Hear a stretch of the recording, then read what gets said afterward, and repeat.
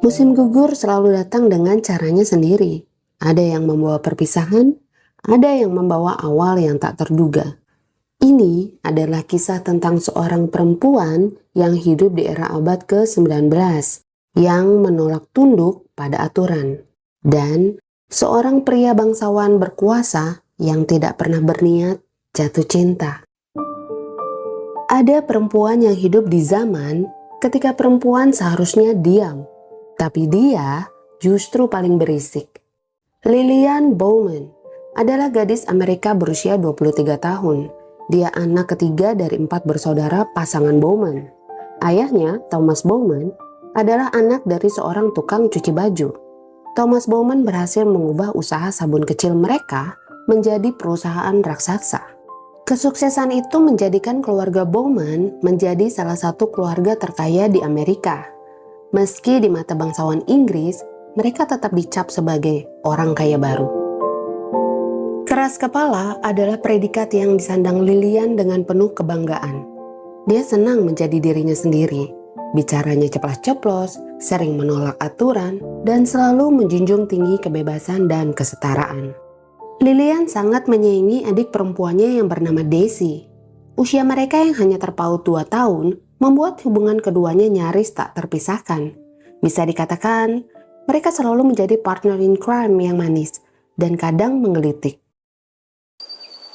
Ini adalah kali kedua kedatangan Lillian dan keluarganya ke Stony Cross Park. Musim sebelumnya, mereka juga datang ke sini di musim perjodohan.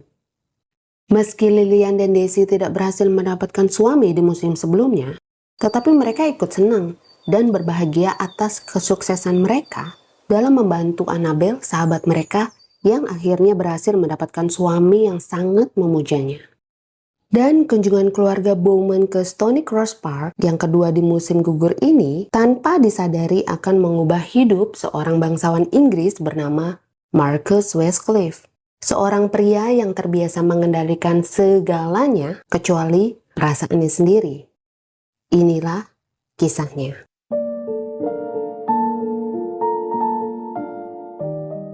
Beberapa hari sebelum keluarga Bowman melanjutkan perjalanan mereka ke Hampshire, mereka memutuskan menginap setidaknya 1 malam di London. Perjalanan dari Amerika ke Inggris bukanlah perkara yang ringan di masa itu. 2 minggu di atas kapal uap bergantung pada cuaca dan laut yang tidak bisa ditebak. Lillian dan Daisy memanfaatkan waktu singkat itu untuk mengunjungi sebuah toko parfum di London.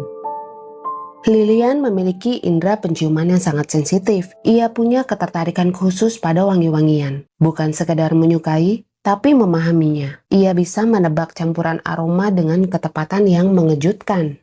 Karena bakat itulah, di masa lalu Lillian sempat membantu mengembangkan aroma untuk salah satu sabun Bowman. Kunjungan ke laboratorium dan pabrik memberinya pengetahuan dasar tentang wangi-wangian dan campurannya. Namun pada akhirnya, Lillian hanya bisa mencibir bakatnya sendiri. Karena dia tahu, sejauh apapun kemampuannya, bakat itu tidak akan pernah bisa diberi ruang untuk tumbuh. Karena dia perempuan. Daisy, yang gemar membaca novel dan hidup dalam dunia mimpinya sendiri, menganggap kunjungan ke toko parfum sebagai hal yang membosankan. Menurutnya, tidak ada petualangan di tempat seperti ini. Celetukan polos itu rupanya terdengar oleh sang pemilik toko, Nedel, pria parubaya bertubuh gemuk yang menyambut mereka dengan senyum hangat dan ramah. Alih-alih tersinggung, Nedel justru tampak tergelitik. Dengan nada setengah bercanda, dia mengatakan bahwa sebagian orang percaya parfum bisa bersifat ajaib. Bahkan, ada wangi-wangian yang konon mampu membangkitkan hantu-hantu. Informasi itu cukup ampuh membuat Daisy menarik kembali komentarnya. Dengan ekspresi bingung tapi penuh tekad, Daisy akhirnya ikutan nyimak. Sementara Lillian dan Nedel mulai berdiskusi soal formula parfum yang ingin dipesan Lillian. Nedel nampak terkejut ketika menyadari kemampuan langka Lillian dalam mendeteksi wangi-wangian. Ia memuji bakat itu tanpa ragu. Lillian hanya menjawab ringan. Bakatnya itu toh tidak bisa membantunya mencari suami. Namun Nedel tidak sependapat. Dengan senyum penuh misteri, Nedel menawarkan satu aroma rahasia yang dimilikinya. Aroma yang katanya bisa menghadirkan keajaiban. Ia menyarankan agar aroma itu dicampurkan ke dalam parfum pesanan Lillian. Lady of Night, jawab Needle saat Lillian menanyakan namanya. Daisy langsung tertawa geli.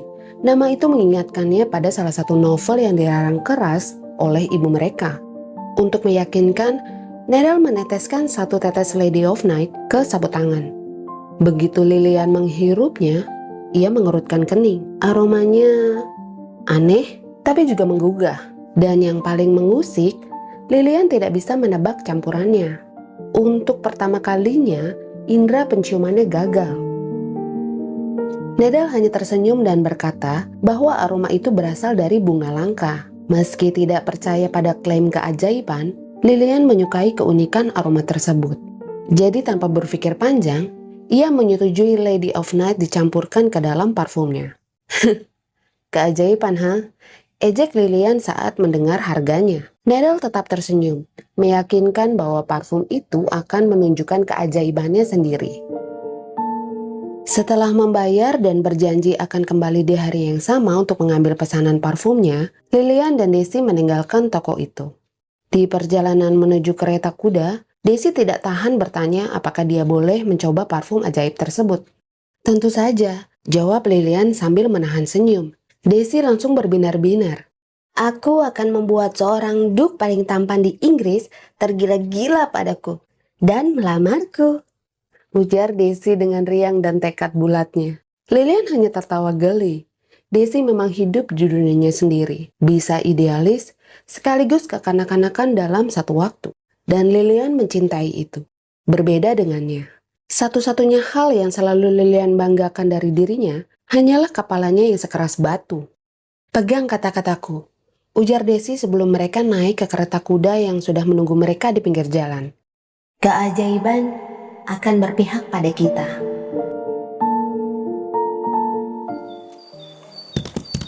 Marcus Westcliff memacu kudanya semakin jauh ke dalam hutan. Stony Cross Park memiliki tanah terbaik di Hampshire. Hutan yang lebat, padang rumput terbuka, dan tanah basah yang berlumpur setelah hujan di musim gugur.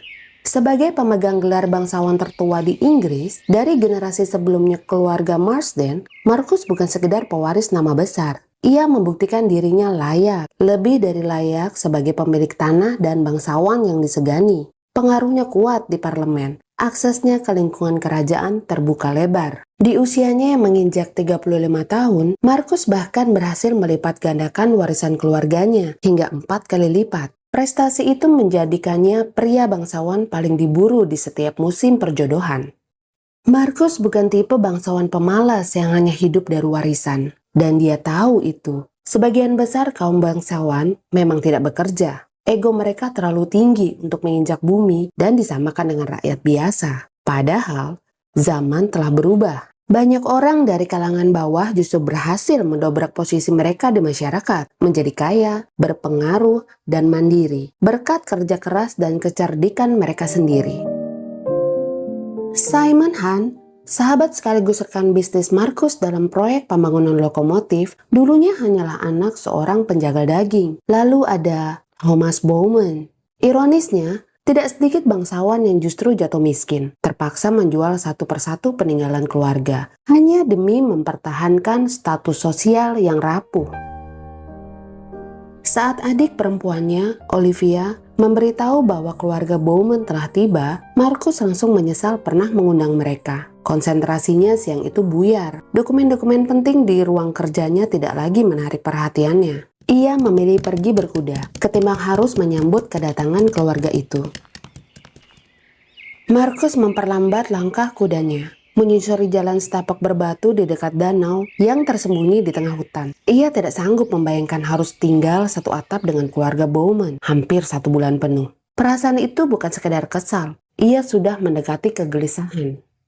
Seandainya pun bisa, Marcus lebih memilih membatalkan perjanjian bisnis dengan Thomas Bowman. Namun, kenyataannya keluarga itu telah tiba di Stony Cross Park dan Marcus tidak punya pilihan lain selain menerimanya.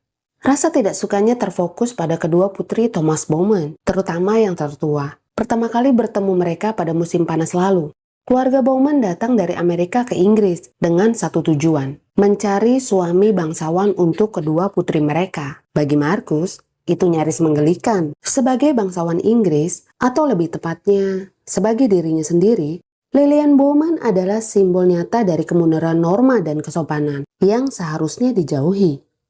Marcus masih belum bisa melupakan kejadian memalukan musim lalu saat ia dan Simon Hunt mendapati Lillian, adiknya, dan kedua teman Wallflowers lainnya bermain rounders di tengah hutan, hanya mengenakan pakaian dalam.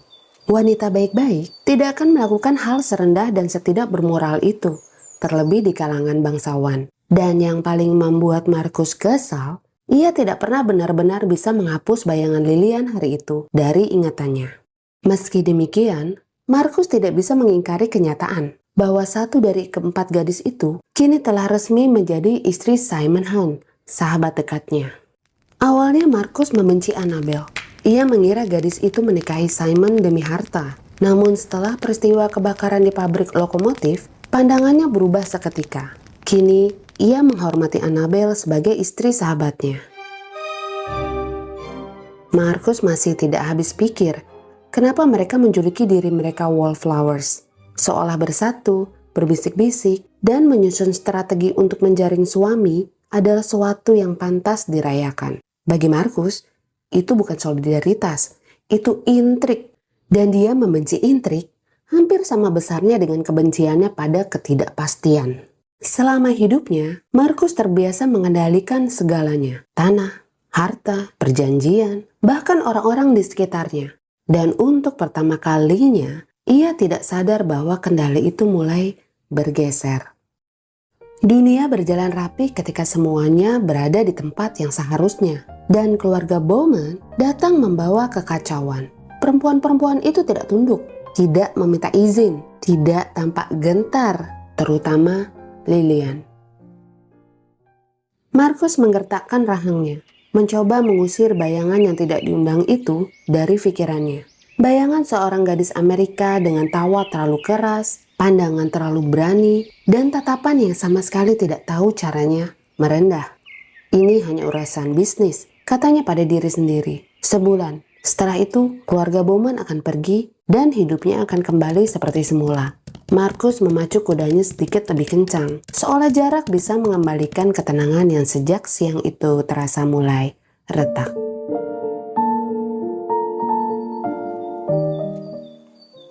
Kalau ibu tahu kita sampai kabur lagi, dia pasti langsung meminta ayah mencoret kita dari daftar ahli waris. Guman Daisy sambil terkikik geli saat ia dan Lillian menyusuri hutan Hampshire yang sepi. Keluarga mereka baru tiba di Stony Cross Park pagi itu. Tanpa banyak basa-basi, ibu mereka, Mercedes, langsung memerintahkan kedua putrinya untuk beristirahat dan tidur siang. Malam nanti, mereka harus menghadiri jamuan makan malam bersama Lord Westcliff dan para tamu terhormat lainnya. Karena tahu betul kecenderungan kedua putrinya yang gemar membuat onar dan jarang patuh, Mercedes memilih jalur yang paling aman, mengunci pintu kamar mereka. Sayangnya, ada satu hal kecil yang tidak pernah diketahui sang ibu. Lillian dan Daisy sangat terampil membuka kunci pintu dengan bantuan jepit rambut. Dan keterampilan itu selalu mereka asah setiap kali ada kesempatan. Aku masih tidak habis pikir, ujar Lillian kesal, mematahkan ranting kecil di bawah sepatunya. Kenapa kau mau repot-repot menuruti permintaan Annabel? Daisy melirik kakaknya, masih tersenyum. Dan seharusnya Annabel tidak perlu mencabut potongan besi itu dari bahu Westcliff, lanjut Lillian geram. Biar saja jarum itu tertanam sampai berkarat, pria angkuh itu pantas mendapatkannya. Beberapa waktu lalu, Lord Westcliff memang sempat tertusuk pecahan besi saat menolong Annabel dan suaminya dalam kebakaran besar di pabrik lokomotif. Potongan itu kecil, nyaris seperti jarum jahit. Annabel menyimpannya, lalu mempercayakannya pada Daisy untuk dibuang ke sumur permohonan. Sumur yang sama, tempat mereka berempat pernah datang musim lalu. Tempat di mana masing-masing dari mereka melemparkan jarum dan mengucapkan harapan pada roh penunggu sumur. Apa permohonan yang harus aku ucapkan? Tanya Daisy waktu itu, ragu tapi serius. Permohonan yang sama untuk Lord Westcliff, seperti yang pernah kau lakukan untukku. Jawab Annabel lembut. Bagi Daisy, itu bukan sekadar permintaan tolong, itu misi sakral. Dalam hati, Lilian mengutuk para pelayan Stony Cross Park yang gemar menyebarkan dongeng-dongeng konyol tentang sumur itu. Adiknya tidak perlu didorong lebih jauh ke dunia fantasi. Daisy sudah hidup di sana, tanpa bantuan siapapun. Meski begitu, Lilian harus mengakui satu hal. Stony Cross Park memang luar biasa. Rumah megah bergaya Eropa dengan 4 menara batu menjulang di tiap sudutnya. Tanah luas yang membentang sejauh mata memandang, dikelilingi hutan lebat yang sunyi. Mungkin itu satu-satunya alasan ia mau menemani Daisy ke sumur permohonan. Membayangkan adiknya tersesat di hutan jauh lebih mengerikan daripada harus berpura-pura percaya pada roh penunggu sumur. Meski tidak percaya sedikit pun, rasa ingin tahu Lilian tetap mengusiknya. "Jadi, apa sebenarnya permohonanmu?" tanya Lilian akhirnya. Daisy tersenyum kecil. "Bukankah kau sudah bisa menebaknya?" Lilian menoleh. "Aku berharap Annabel mendapatkan suami yang benar-benar mencintai dan memujanya." Untuk sesaat, Lilian terdiam. Ia heran, sejak kapan Annabel, Evie, bahkan adiknya sendiri mulai memihak bangsawan angkuh itu. Menurut Annabel, Westcliff sebenarnya pria baik, punya sisi lembut dan bertanggung jawab. Menurut Daisy, ia setidaknya pantas dihormati karena telah menolong sahabat mereka dari kebakaran. Dan menurut Evie, Evie tidak pernah benar-benar memihak siapapun. Gadis berambut merah itu selalu gemetar setiap kali berada di ruangan yang sama dengan Westcliff. Tapi, jika Annabel percaya, Evie akan ikut percaya. Evie yang malang. Lilian tersenyum tipis saat mengingat sahabatnya itu. Suatu hari, ia berjanji pada dirinya sendiri, ia akan membantu Evie menemukan keberaniannya. Satu-satunya alasan Lilian membenci Westcliff adalah satu hal sederhana. Pria itu terang-terangan membencinya. Konfrontasi terakhir mereka saat Westcliff menyebutnya perempuan licik karena membantu Annabel masih membuat darahnya mendidih. "Menurutku, reaksimu pada Lord Westcliff agak berlebihan," ujar Daisy tiba-tiba, memotong lamunan Lilian. Lilian berhenti melangkah. "Daisy, Westcliff merasa dirinya lebih penting dariku dalam segala hal. Sok bermoral, merasa paling pintar, dan yakin bisa mengendalikan segalanya. Oh, betapa aku menantikan hari ketika dia akhirnya bertekuk lutut." Daisy tertawa kecil di belakangnya, selangkah lebih pelan. Di sumur permohonan itu, mereka menunaikan niat Annabel, tanpa upacara, tanpa keyakinan penuh. Saat kembali menuju estate, Lilian dan Daisy memilih jalan memutar. Hutan terasa terlalu indah untuk dilewati begitu saja. Di balik deretan pohon dekat istal kuda, mereka mendengar tawa anak-anak remaja. Sekelompok pekerja kecil sedang bermain rounders di tanah terbuka. Tanpa banyak berpikir, Lilian langsung menghampiri mereka. Daisy menyusul, dengan senyuman yang sudah tidak asing lagi. Dari kejauhan, seorang pria menghentikan langkah kudanya. Marcus Westcliff berdiri terpaku, menyaksikan pemandangan yang seharusnya tidak pernah ia lihat di tanah miliknya sendiri. Westcliff refleks mengangkat sebelah alisnya dengan sikap angkuh ketika Lilian melayangkan tatapan kesal ke arahnya dari lapangan. Jika ada satu alasan mengapa gadis ini adalah kesalahan yang seharusnya ia jauhi, maka inilah buktinya. Gadis terhormat tidak berlarian di lapangan rumput, memegang tongkat, dan tertawa bersama anak-anak pekerja istal. Permainan sempat terhenti. Semua kepala menoleh. Kehadiran Westcliff selalu membawa jeda, seolah udara sendiri menahan nafas. Namun Marcus tidak bisa mengalihkan pandangannya dari Lilian. Gadis itu berlari dengan rambut terikat seadanya. Pipinya merona, langkahnya ringan namun penuh tenaga. Begitu mudah dan bebas, tidak dibuat-buat, tidak berhati-hati. Ada kebebasan di caranya bergerak, sesuatu yang jarang ia lihat, dan lebih jarang lagi ia izinkan dirinya perhatikan. Benar-benar tidak lazim, gadis di posisi Lilian seharusnya tahu batas, tahu bagaimana menahan diri. Tapi justru karena itulah, Marcus melangkah maju sebelum sempat menegur dirinya sendiri. "Caramu memegang tongkat kurang tepat." Suara itu terdengar begitu dekat hingga Lilian tersentak. Ia berbalik setengah, lalu berhenti. Westcliff berdiri tepat di belakangnya. Versi lain dari pria itu yang jarang, bahkan nyaris tidak pernah Lilian ingat. Rambut yang biasanya selalu tertata rapi, kini tampak berantakan tertiup angin. Kemeja yang lazimnya terkancing rapi di kerah, hari ini beberapa kancing dibiarkan terbuka. Seolah ia merasa tidak perlu menjaga jarak seperti biasanya. Westcliff terlihat berbahaya. Bukan karena sikapnya, melainkan karena ketenangan santai itu sama sekali tidak seharusnya ada. Lilian mendapati dirinya harus memaki diri sendiri dalam hati, hanya karena menyadari hal itu lebih lama dari yang seharusnya. Indra penciuman Lilian yang sensitif segera menangkap aroma itu. Bau Markus seperti matahari sore, jerami kering, udara setelah hujan, samar bau kuda, dan kulit yang bersih. Kombinasi yang anehnya membuatnya tenang. "Apa?" tanya Lilian, masih setengah kaget, sudah bersiap menerima teguran. Namun yang ia dapatkan justru kehadiran. "Terlalu panjang untukmu," ujar Markus tenang. Ia menggeser posisi tongkat itu sedikit ke tengah. "Pegang di sini dan tarik sikumu ke dalam."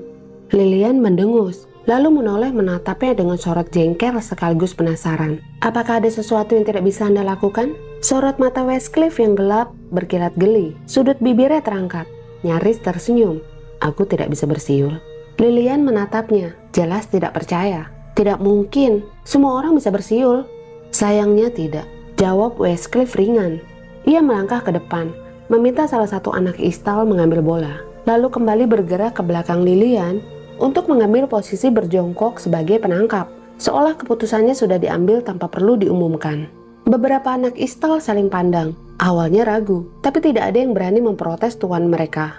"Kalau begitu," kata Lilian sambil menarik posisi pemukul, dagunya terangkat, "ayo kita buktikan kalau kemampuan sang Earl bukan sekedar teori."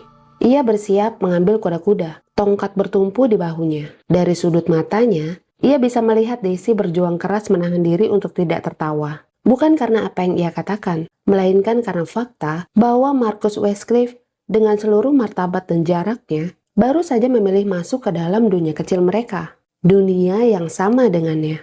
Dan untuk pertama kalinya sore itu, Lilian tidak yakin siapa yang sebenarnya sedang bermain-main dengan batas. Sore melambat tanpa disadari ketika akhirnya permainan berakhir. Anak-anak pekerja istal bergegas kembali ke pekerjaan mereka. Debu masih menggantung rendah di udara ketika Lilian dan Daisy tersadar bahwa mereka sudah terlalu lama berada di luar. Ibu mereka akan segera mengecek kamar saat tidur siang. Ketidakhadiran mereka tidak akan luput. "Apa kau tahu jalan pintas tercepat kembali ke rumah?" tanya Lilian, menatap Westcliff dengan kepanikan yang tidak sempat ia sembunyikan. Ekspresi Markus tetap datar. Kedua gadis ini jelas menyelinap pergi tanpa sepengetahuan orang tua mereka. "Ya," jawabnya singkat. "Anda yakin?" Lilian bertanya lagi. Pertahanan Markus nyaris runtuh. Daisy yang menangkap ketegangan itu segera menengahi. "My lord, mohon maafkan ketidakpekaan kakak saya. Bagaimana mungkin pengetahuan Anda dipertanyakan di tanah Anda sendiri?" Daisy melirik Lilian sekilas sebelum kembali menatap Westcliff. "Jika Anda tidak keberatan, sudikah Anda menunjukkan jalannya?" Hening sejenak. Tatapan Westcliff tidak lepas dari Lilian yang berkeras menolak menatapnya. Wajahnya berlapis debu. Rambutnya nyaris terlepas dari gulungan seadanya. Sama sekali tidak mencerminkan seorang lady. Lilian tidak cantik seperti wanita Inggris kebanyakan. Namun entah mengapa, Markus tidak bisa melepaskan wajah itu dari pikirannya. "Ikut aku." Westcliff melangkah mendahului keduanya. Lilian ragu sepersekian detik, tapi waktu tidak berpihak pada mereka. Ia pun mengikutinya, meski dengan langkah yang selalu berusaha menyamai, bahkan mendahului. Yang mana hal itu membuat Westcliff jengkel. Jalan pintas itu ternyata sempit dan jarang dilalui. Semak dan pohon rendah di kanan kiri menahan cahaya sore. Pintu belakang rumah yang menuju dapur sudah terlihat, tinggal beberapa langkah lagi. Tapi tiba-tiba langkah Westcliff mendadak berhenti. Lilian yang berjalan tepat di belakangnya hampir menabrak punggungnya. "Ada yang datang," bisik Westcliff. Daisy langsung berlari terbirit-birit seolah ada api yang mengejarnya, menyeberangi jalan setapak dan berhasil mencapai pintu. Lilian hendak menyusul Daisy ketika suara beberapa pria terdengar semakin mendekat. Tanpa sempat berpikir, ia meraih pergelangan tangan Westcliff dan menariknya ke balik pagar taman yang dipenuhi tanaman rambat. Dari balik dedaunan, terdengar percakapan rendah beberapa pria dengan jas rapi. Di antara mereka, ada suara yang paling mudah dikenali, Thomas Bowman. Jantung Lilian berdegup keras. Westcliff berdiri di hadapannya. Satu tangan bertumpu pada pagar, tubuhnya membentuk bayangan yang menutupi dari cerah pandang. Ia menyadari betapa konyolnya situasi ini, bersembunyi di tanahnya sendiri. Awalnya ia mengira Lilian gemetar karena takut, namun ketika ia menunduk sedikit, Ia menyadari bahwa gadis itu bergetar karena ia menahan tawa. Kedua tangannya mencengkram bagian depan mantel Westcliff. Wajahnya tersembunyi di lekukan lehernya. Situasi ini sama sekali tidak pantas. "Diam, itu ayahmu," bisik Westcliff. "Jangan sampai mereka melihat kita," guman Lilian di bahunya. Markus membeku. Aroma samar itu kembali mengusiknya, terlalu mengganggu untuk diabaikan. "Bau apa ini?" guman Markus serak. Jantung Lilian seolah berhenti. Ia mengangkat wajahnya. "Dan itu kesalahan." "Maksud Anda parfum saya?" Ekspresi Westcliff berubah. Kesadaran datang terlambat. Ia seharusnya mundur. Namun 1 detik itu gagal ia raih. Napas mereka bertemu. Waktu berhenti sekejap. Cukup lama untuk sebuah kesalahan. Markus tersentak lebih dulu. Langkah-langkah di sekitar mereka menjauh. Suara memudar ketika para pria itu akhirnya berlalu pergi. "Apa Anda sudah gila?" Suara Lilian tercekat, marah dan nyaris terguncang. Westcliff menatapnya. "Ya Tuhan." Wajahnya dilanda penyesalan yang cepat dan dalam. "Lepaskan aku, dasar kau bajingan sombong." Lilian membebaskan diri dan berlari keluar dari balik pagar, menuju pintu yang tadi dilewati Daisy. Markus memilih tetap diam di tempatnya beberapa saat lebih lama. Rasa penyesalan menggelayutinya. "Brengsek," ucapnya pelan. Kata itu nyaris tidak terdengar seperti dirinya sendiri. Meski langkahnya masih limbung, Lilian berhasil mencapai kamar tidurnya dan menyelinap masuk tepat sebelum ibunya muncul untuk membangunkan putri-putrinya dari tidur siang. Daisy sudah menunggunya. Kelegaan langsung terlihat di wajahnya begitu Lilian masuk dan menutup pintu. Sementara Lilian bergegas mengganti pakaiannya dengan gaun tidur siang, Daisy mengembalikan pintu dalam keadaan terkunci, memastikan tidak ada satupun celah yang terlewat. "Apa yang membuatmu begitu lama?" tanya Daisy setengah berbisik. Lilian mulai menceritakan kejadian tadi, tentang jalan pintas, pria yang melintas di taman, dan tentang keberuntungan kecil karena ayah mereka tidak melihat apapun. Daisy mendengarkan dengan seksama, tapi ia segera menyadari ada bagian yang sengaja dilewati. Lilian terlihat gelisah, terlalu cepat menyimpulkan ceritanya. Ia hendak mendesak ketika suara kunci pintu diputar dari luar. Ibu mereka. Lilian dan Daisy saling pandang sejenak sebelum melompat ke ranjang masing-masing. Tepat ketika pintu terbuka dan Mercedes Bowman masuk bersama 2 pelayan wanita. Syukurlah, ia tidak menyadari bahwa kedua putrinya sama sekali tidak tidur siang. Mercedes membangunkan mereka dengan suara lembut yang terdengar nyaris mekanis. Lilian dan Daisy pura-pura menguap, menggumamkan betapa nyamannya tidur siang mereka. Perintah segera menyusul. Mereka diminta bersiap untuk perjamuan makan malam. Kedua pelayan mulai mengisi bak mandi dengan air hangat, mengatur pakaian, dan melontarkan instruksi bertubi-tubi yang membuat Lilian nyaris ingin menutup telinganya. Saat kedua putrinya berpakaian dengan bantuan pelayan, Mercedes tidak lupa memberikan peringatan. "Kalian sebaiknya tidak terlalu dekat dengan Annabel dan Evie," kata Mercedes tanpa menoleh. "Pengaruh mereka tidak baik." Lilian mendongak dari meja rias. Pelayan sedang menata rambutnya menjadi sanggul rumit. "Tapi Annabel sekarang sahabat Lord Westcliff, Ibu." Mercedes terdiam sejenak. Ia jelas tidak menyukai fakta itu, tapi tidak bisa menyangkalnya. "Baiklah, Annabel," kata Mercedes setengah hati, "tapi bukan Evie." Lalu dengan nada yang lebih keras, ia menambahkan, "Dan ingat, kalau sampai kalian melakukan hal-hal yang tidak disukai Lord Westcliff, aku akan langsung memulangkan kalian ke Amerika malam ini juga." Ancaman itu menggantung di udara bahkan setelah Mercedes meninggalkan kamar. Tidak lama kemudian, pintu diketuk lagi. Kali ini, Lilian dan Daisy langsung bersorak pelan saat mengetahui siapa yang berdiri di luar. Annabel. Ketiganya memaki gembira, berpegangan tangan, dan berputar membentuk lingkaran kecil, tertawa dan menari seperti gadis-gadis yang lupa bahwa mereka adalah para lady yang seharusnya menjaga sikap. Annabel tampak luar biasa cantik, bahkan lebih memukau daripada yang terakhir mereka ingat. Pernikahannya dengan Simon Hunt jelas membawa kebahagiaan yang tidak bisa disembunyikan. Mercedes kembali dengan gaun malamnya tepat ketika mereka bersiap meninggalkan kamar. "Kalian tidak boleh berkeliaran tanpa pendamping," katanya tegas. "Annabel sudah menikah, Ibu. Sekarang dia Nyonya Hunt." Dia bisa menjadi pendamping kami, ucap Lilian cepat. Mercedes mendengus kesal. Sebelum ia sempat membalas, Daisy sudah menyelipkan lengannya ke lengan Annabel. Ayo kita turun mencari Ivy, katanya ceria. Aku harap dia sudah datang. Dan sebelum sang ibu sempat menyusun keberatan baru, mereka bertiga sudah melangkah pergi sambil menahan tawa.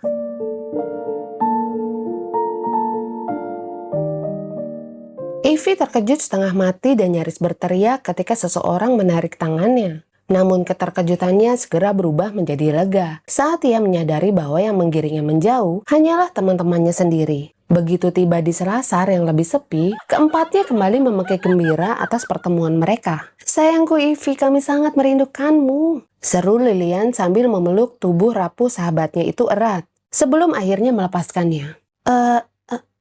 Aku juga sangat merindukan kalian, jawab Ivy tergagap, senyumannya malu-malu. Ivy memang selalu kesulitan berbicara, terutama saat gugup atau berada di hadapan dengan orang-orang baru. Ivy, kamu terlihat kurus, kata Daisy lembut, tidak mampu sepenuhnya menyembunyikan kekhawatirannya. Apa kau baik-baik saja? Dengan sedikit usaha, Ivy meyakinkan mereka bahwa ia baik-baik saja. Ia lalu menceritakan bagaimana bibi Florence-nya kembali mengurungnya ke kamar hampir seminggu penuh, nyaris tanpa makanan dan minuman. Mendengar itu, kemarahan langsung terlihat di wajah Lilian dan yang lainnya. Dasar perempuan iblis, gumam Lilian geram. Namun begitu ia menyadari Ivy menciut ketakutan, sorot mata Lilian segera melembut. Sepertinya Ivy memang tidak akan pernah terbiasa dengan suara Lilian yang keras dan belak-belakan. Mereka bertiga lalu bertanya apa yang bisa dilakukan untuk menyelamatkan Ivy dari cengkeraman bibi Florence. Annabel kemudian mengusulkan agar Ivy tinggal bersamanya dan Simon. Dengan begitu, Simon bisa melindunginya. Namun Ivy menolak dengan tulus. Itu hanya akan menimbulkan skandal. Dan ia tidak ingin merepotkan pasangan pengantin baru itu. Lilian dan Daisy bahkan sempat berencana menjodohkan Ivy dengan salah satu kakak laki-laki mereka. Mereka yakin kakak mereka bisa menjadi suami yang baik dan melindungi Ivy dari keluarganya.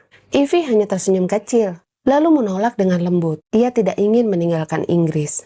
Ivy sebenarnya gadis yang cantik, bahkan mungkin melebihi kecantikan Annabel. Wajahnya dipenuhi bintik-bintik halus yang manis. Sayangnya, sifatnya yang pemalu membuatnya kesulitan berinteraksi, terutama dengan para bangsawan.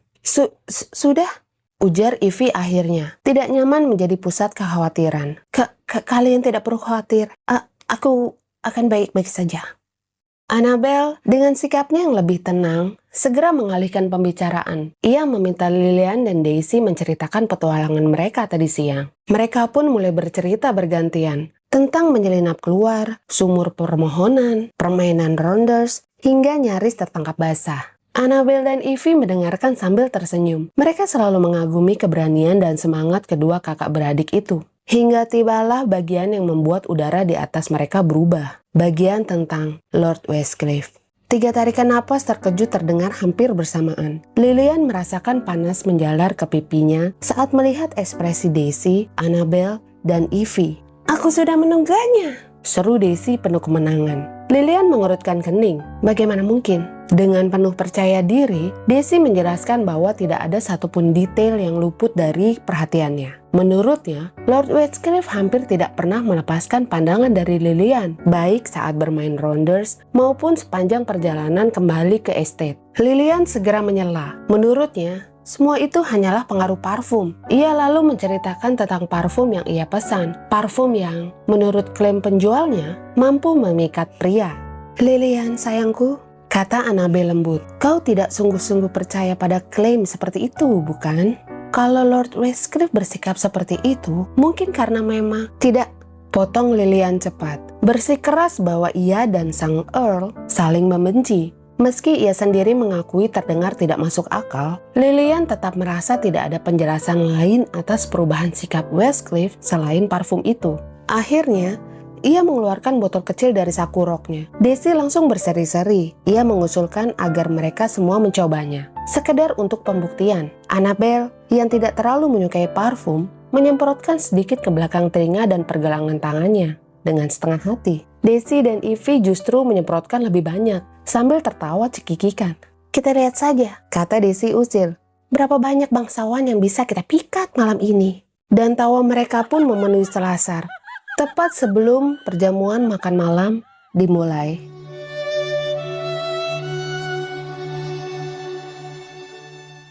sementara itu, di ruang kerja Westcliff, suasana jauh lebih santai dibandingkan apa yang terjadi di taman tadi sore. Westcliff duduk di balik meja kerjanya yang besar, bersama adik iparnya Gideon Shaw, yang mana adalah suami dari Olivia, serta dua sahabatnya, Simon Hunt dan Lord St. Vincent. Percakapan ringan mengalir, sekedar mengisi waktu sebelum perjamuan makan malam dimulai. Bersandar di kursinya, Markus melirik arloji saku di tangannya. Hampir pukul 8. Ia seharusnya sudah bergabung dengan para tamu. Namun ia belum bergerak. Tatapan muramnya kembali tertuju pada arloji itu. Seolah waktu berjalan terlalu cepat untuk sesuatu yang belum siap ia hadapi. Ia harus berbicara dengan Lillian Bowman. Apa yang terjadi sore tadi jelas melampaui batas. Tidak biasanya baginya kehilangan kendali. Membiarkan akal sehat dikalahkan oleh dorongan yang bahkan tak mampu ia jelaskan. Dan yang lebih mengganggu, ia masih belum menemukan alasannya. Markus tidak ingin menghindari gadis itu di rumahnya sendiri. Tapi mengabaikan kejadian itu juga jelas mustahil. Kesalahpahaman itu harus diselesaikan. Dan ia harus memastikan hal serupa tidak pernah terjadi lagi. Apa menariknya memandangi potongan gambar pohon seperti itu? Suara St. Vincent memecah lamunan. Pria itu duduk di sudut ruangan, memainkan sebuah stereoskop. Ekspresinya seolah sedang menatap sesuatu yang sangat membosankan. Kalau isinya gambar wanita, nah itu baru pantas diperhatikan. Lanjutnya malas. Kukira kau sudah cukup puas melihat wanita dalam bentuk nyata. Balas Markus datar. St. Vincent terkekeh. Itulah bedanya kita. Dan memang benar, St. Vincent adalah keturunan seorang duke. Lebih dikenal sebagai playboy tampan yang gemar skandal dan hidup berlebihan. Sementara Markus jauh lebih tertarik pada mesin, teknologi, dan hal-hal yang bisa ia kendalikan. Bukan berarti Markus asing pada perempuan. Gosip di kalangan bangsawan kerap menyebutkan bahwa Earl of Westcliff pernah memiliki beberapa wanita simpanan, namun tidak pernah lebih dari satu dalam waktu bersamaan. Sesuatu yang bagi St. Vincent terasa nyaris tidak masuk akal. Meski bertolak belakang, St. Vincent adalah sahabat terlama Markus, satu-satunya yang bertahan sejak masa kecil. Masa ketika ayah Markus, Earl sebelumnya, melarang menjalin kedekatan dengan siapapun. Sejak itu, Markus belajar menyembunyikan perasaannya. Namun setelah ayahnya meninggal dan gelar itu jatuh ke tangannya, Markus perlahan menjadi dirinya sendiri. Dingin di luar, tapi tidak pernah kejam. Ia melindungi orang-orang yang ia sayangi. Olivia, Eileen, bahkan ketika pilihan hidup kedua saudara perempuannya memicu skandal besar, Markus berdiri di depan mereka tanpa ragu. Kini, dialah harapan terakhir Countess Marsden untuk mempertahankan garis darah bangsawan murni, dan ibunya tidak akan menyerah begitu saja. Aku tidak bermaksud merendahkan pernikahan, kata St. Vincent tiba-tiba, melirik jahil ke arah Simon Hunt dan Shaw yang mulai beranjak dari duduknya. Tapi mengikatkan diri pada satu wanita seumur hidup dan membiarkan mereka mengatur hidup kita, bukankah kedengarannya melelahkan? Markus tidak langsung menanggapi. Namun saat mereka berjalan berdampingan menuju ruang pertemuan, ia akhirnya menoleh pada Simon Hunt. Kau tidak keberatan hidupmu diatur? Tanyanya serius, tidak ada penyesalan. Simon tertawa kecil. Kalau itu yang ingin kau dengar? Tidak, tegasnya. Kau terdengar seperti bajingan tengik yang sedang jatuh cinta. Simon tersenyum lebar. Memang begitu adanya. Omong kosong. Belum pernah jatuh cinta ya? Goda Simon. Westcliff mendengus. Kalau nanti bulan madumu berakhir, beritahu aku. Aku ingin mendengar detailnya. Simon hanya menggelengkan kepala, masih tersenyum, sebelum mereka berpisah di pintu ruang perjamuan. Simon segera mencari istrinya. Markus melangkah ke tengah para tamu sebagai tuan rumah. Ia kemudian menyapa Thomas Bowman dan istrinya yang nampak terlalu antusias. Namun sebelum Mercedes sempat berbicara panjang lebar, Thomas langsung mengajukan urusan bisnis. Westcliff, kapan kita bisa mulai membahas rencana kerjasama itu? Markus tersenyum ramah. Besok pagi, jika Anda tidak keberatan. Thomas mengangguk puas. Besok, semakin cepat semakin baik. Dan sebelum Mercedes sempat memperkenalkan kedua putrinya secara resmi, Markus sudah melangkah pergi untuk menyambut kedatangan ibunya, sang Countess. Para tamu mulai mengambil tempat sesuai kedudukan masing-masing. Tradisi lama yang selalu membuat Simon Hunt kesal, karena berarti ia harus duduk terpisah dari Annabel. Thomas Bowman bahkan tidak berusaha menyembunyikan cibirannya. Menurutnya, kebiasaan membagi tamu berdasarkan derajat adalah salah satu hal paling konyol yang pernah ia temui. Dan bagi Markus, malam itu baru saja dimulai. "Di mana Annabel?" tanya Lilian ketika mereka bertiga berjalan beriringan menyusuri selasar setelah perjamuan makan malam usai. "Aku belum melihatnya sejak tadi," jawab Daisy sambil merangkul lengan Evie. "Mr. Hunt juga tidak terlihat. Bibi Florence pasti akan mencariku," guman Evie cemas, meski jelas masih ingin bersama teman-temannya. "Tenang saja Evie," kata Lilian lembut. "Bibimu sedang sibuk dengan teman-temannya. Dia tidak akan menyadari kehadiranmu. Kau aman untuk sekarang." Tidak lama kemudian, percakapan mereka beralih pada parfum yang dikenakan malam itu. Dengan muram, Daisy dan Evie mengakui bahwa tidak ada hal aneh yang terjadi. Tidak satupun pria nampak memperhatikan mereka apakah memakai parfum atau tidak.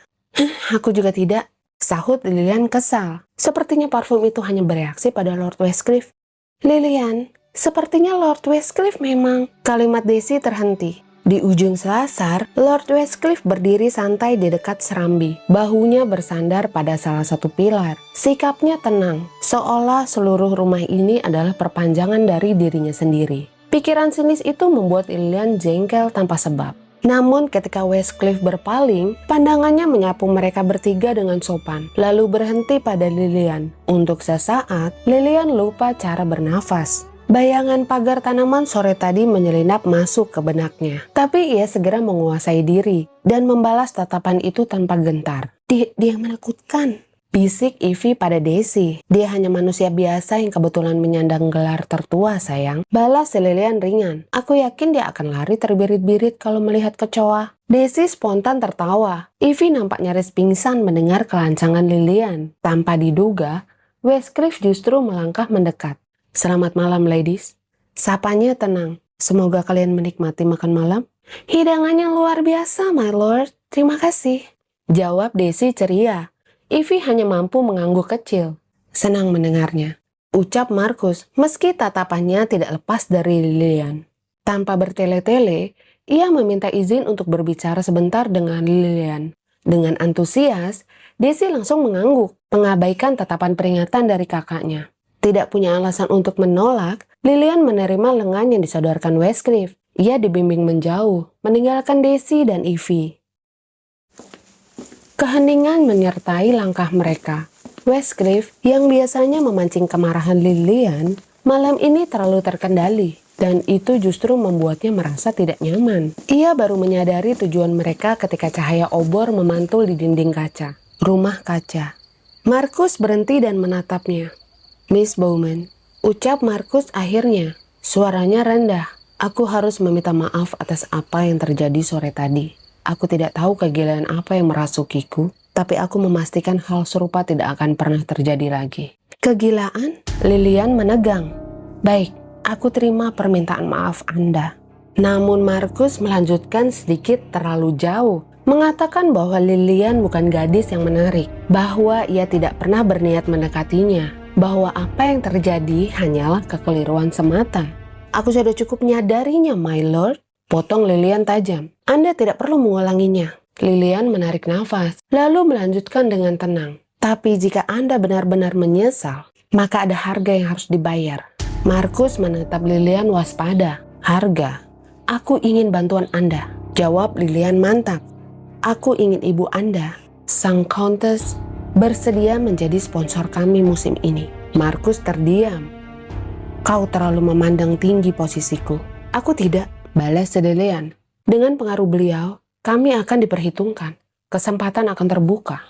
"Kau berbicara tentang perjodohan," geram Markus sinis. "Aku berbicara tentang masa depan," tegas Lilian penuh percaya diri. Keheningan kembali turun. "Aku tidak bisa menjanjikan apapun," kata Markus akhirnya. "Aku tidak minta janji, my lord," balas Lilian. "Aku meminta usaha Anda." Markus menatap Lilian lama. tidak suka pada situasi ini. Namun ia tahu Lilian tidak memberinya pilihan. Baik, katanya akhirnya, aku akan mengusahakannya.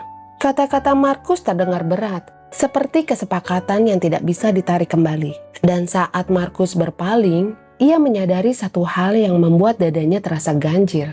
Lilian Bowman tidak sedang meminta pertolongan. Ia sedang menuntut tempatnya sendiri.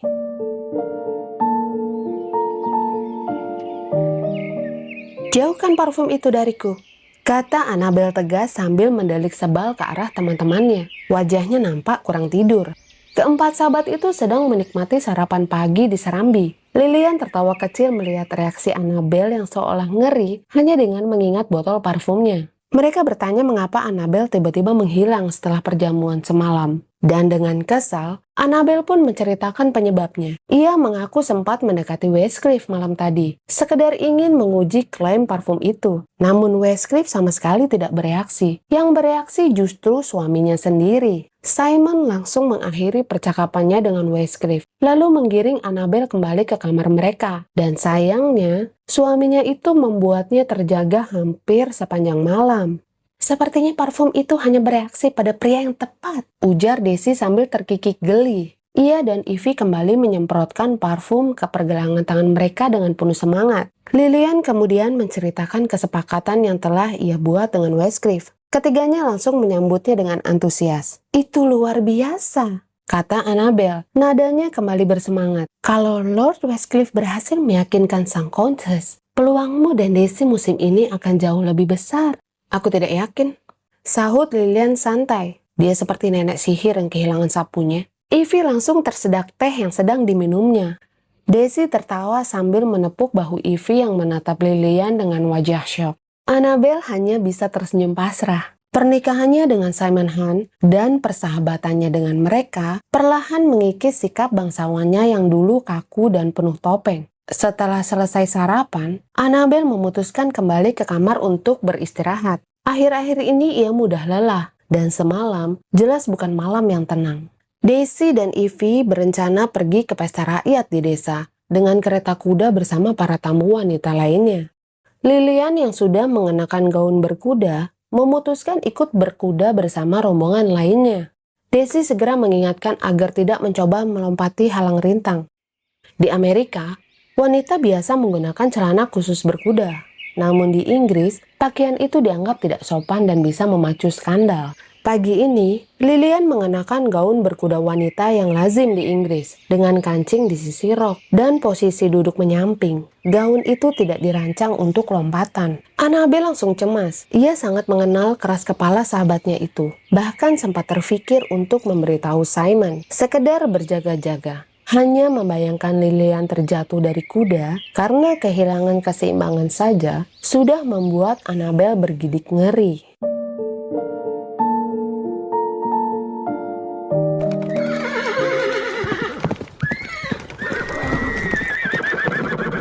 Hentakan adrenalin masih bergetar di tubuh Lilian ketika ia terseret turun dari kudanya. Semuanya terjadi terlalu cepat. Tarikan kasar, tubuhnya terangkat dari pelana, lalu mendarat keras di pangkuan seorang pria. Teriakan para tamu dan derap kaki kuda bercampur menjadi satu. Baru ketika kakinya menyentuh tanah, Lilian menyadari siapa yang telah menariknya. Westcliff. Kedua bahunya dicengkram kuat. Wajah pria itu begitu dekat. Rahangnya mengeras oleh amarah yang tidak disembunyikan. Kalau kau ingin mempertontonkan aksi konyol seperti tadi, kau salah tempat. Izin menunggangi kuda-kudaku adalah hak istimewa. Dan kau baru saja kehilangan hak itu. Geram Westcliff. Tangannya mengguncang bahu Lilian sekali lagi. Dengan wajah pucat oleh amarah yang setara, Lilian menatapnya tajam. Suaranya pelan, bergetar, tapi tidak mundur. Lepaskan tanganmu dariku, brengsek. Westcliff melepaskan Lilian seketika, seolah tersadar. Wajahnya menunjukkan keterkejutan singkat yang segera berubah menjadi amarah yang lebih dingin, lebih berbahaya.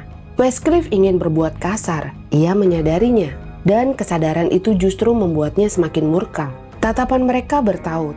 Ada sesuatu yang mengalir di udara, panas, liar, penuh permusuhan. Lilian merasa dorongan untuk memukul pria itu. Belum pernah ada yang membuatnya semarah ini. Seluruh perhatian para tamu kini tertuju pada mereka. Lalu sebuah suara memecah ketegangan. Kalau aku tahu akan ada hiburan seperti ini, aku pasti datang lebih awal, Westcliff.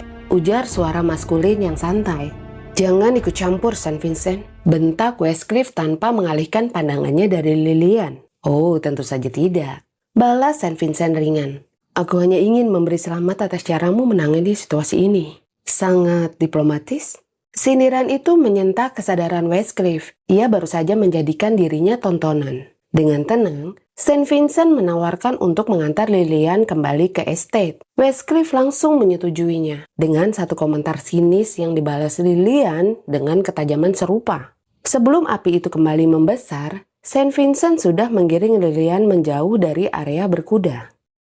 Dengan setengah hati dan amarah yang belum reda, Lilian menerima tawaran pria itu. Westcliff telah melarangnya menunggangi kuda, dan ia tidak berniat memohon. Sementara itu, Markus tetap berdiri di tempatnya. Amarahnya belum surut. Ia melihat ulang bayangan tubuh Lilian yang hampir kehilangan keseimbangan saat meloncati halang rintang. Ketakutan yang menyergapnya saat itu datang begitu mendadak dan membuatnya murka pada dirinya sendiri. Ia tidak bermaksud menariknya sekeras itu. Tidak bermaksud kehilangan kendali. Selamat, Westcliff. Suara Simon Hunt terdengar dari atas kuda di sampingnya. Kau baru saja melemparkan gadis itu ke pelukan Saint Vincent. Markus mendengus. Ia terlalu tenggelam dalam pikirannya hingga tidak menyadari Simon telah mendekat. Lilian bukan tipe wanita yang menarik perhatian Saint Vincent. Ujarnya dingin. Lagi pula, aku bersyukur dia datang tepat waktu. Kalau tidak, Westcliff tahu ia mungkin benar-benar akan menyakiti gadis itu. Simon mengangkat alis. Kau terlalu percaya diri, Westcliff. Saint Vincent tidak pernah peduli soal tipe. Kalimat itu bekerja seperti duri. Amarah Markus perlahan berubah menjadi sesuatu yang asing. Ia gelisah, tidak nyaman. Lilian bukan tidak menarik. Gadis bermulut tajam yang gemar membuat onar itu telah mengusik pikirannya sejak musim lalu. Markus terdiam. Dan untuk pertama kalinya, ia menyadari sesuatu yang membuat dadanya mengeras. Ia cemburu, tanpa alasan yang bisa ia jelaskan.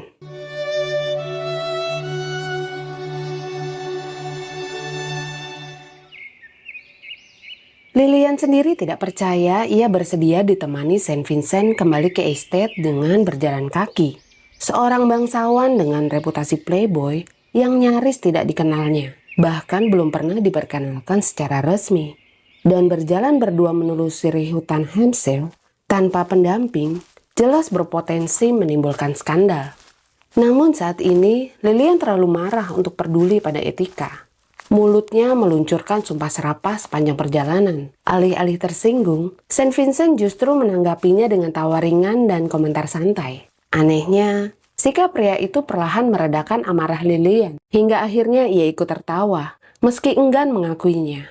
Dengan kedua tangan terselip di saku celana berkudanya, Saint Vincent bercerita tentang Westcliff, tidak spesifik, tapi cukup untuk memberi gambaran. Sahabatnya itu, katanya, membenci segala hal yang tidak bisa ia kendalikan. Mendengar itu, amarah Lilian kembali tersulut. Ia melontarkan serangkaian kata tajam yang membuat Saint Vincent terkekeh. Kau punya bakat merangkai umpatan. Ujar pria itu ringan. Aku belajar dari nenekku. Balas Lilian datar. Dulu ia tukang cuci. Saint Vincent tampak terhibur oleh jawaban itu. Di tengah jalan pintas yang membawa mereka menyusuri hutan, Lilian mendadak terhenti. Salah satu kakinya terasa nyeri hebat, membuatnya nyaris berteriak. Tubuhnya menegang, nafasnya tertahan. Saint Vincent segera berlutut di hadapannya dengan sikap tenang, namun sigap. Kemungkinan kram. Katanya lembut, bolehkah aku memeriksanya?